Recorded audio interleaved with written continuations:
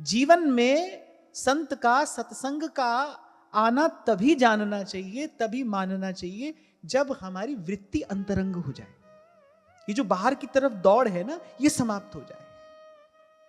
इसीलिए मैं बार बार आपसे कहता हूं, केवल स्थान बदल लेने से, केवल वस्त्र बदल लेने से, केवल बाहरी धरातल पर कुछ बदल लेने से कोई लाभ नहीं होता। और मैं तो यहां तक कहता हूं उल्टे हानि होती है। क्या हानि होती है कि भीतर से कुछ प्राप्त तो किया नहीं और बाहर से एक दंभ और ओढ़ लिया। इससे तो व्यक्ति बल्कि वस्तुतः प्राप्ति से और दूर हो जाता है। हमें तो जीवन में यही छोटा सा अनुभव प्राप्त हुआ गुरुजनों की कृपा से कि जब भीतर कुछ प्राप्त हो जाता है, भीतर कुछ मिल जाता है, फिर बाहर ऐसा हो या वैसा हो, उससे कोई बहुत अधिक प्रभाव नहीं पड़ता, उससे कोई बहुत अधिक फर्क पड़ता नहीं।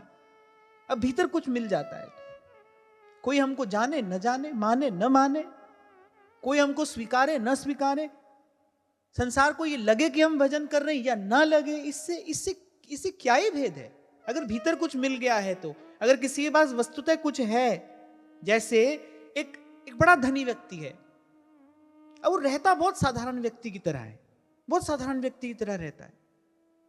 जब हम शुरू में वृंदावन आए तो 2003 की बात है, राधा वल्लभ जी के मंदिर में एक व्यक्ति नित्य दर्शन किया करते थे। बहुत ही साधारण उनके वस्त्र, उनकी वेशभूषा। बड़े काल के बाद मुझे पता चला कि कलकत्ता के सबसे समृद्ध व्यक्तियों में से वो एक थे।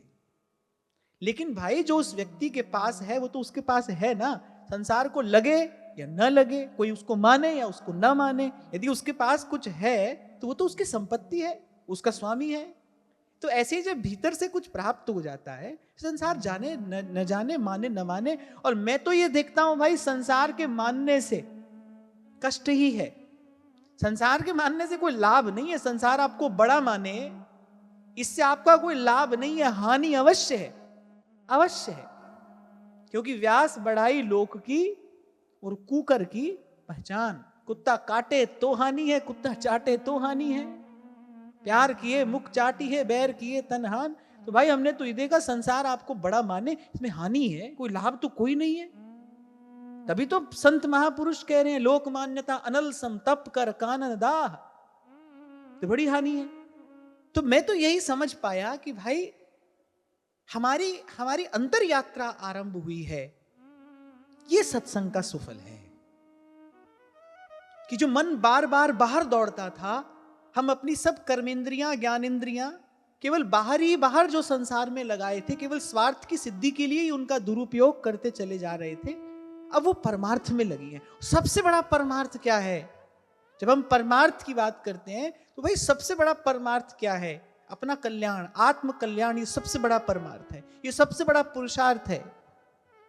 कभी कहा था मैंने आपसे, अगर जिसने अपना कल्याण किया है उसने इस सारे अस्तित्व की सबसे बड़ी सेवा की है, श्रेष्ठतम सेवा, अपना कल्याण जिसने किया है।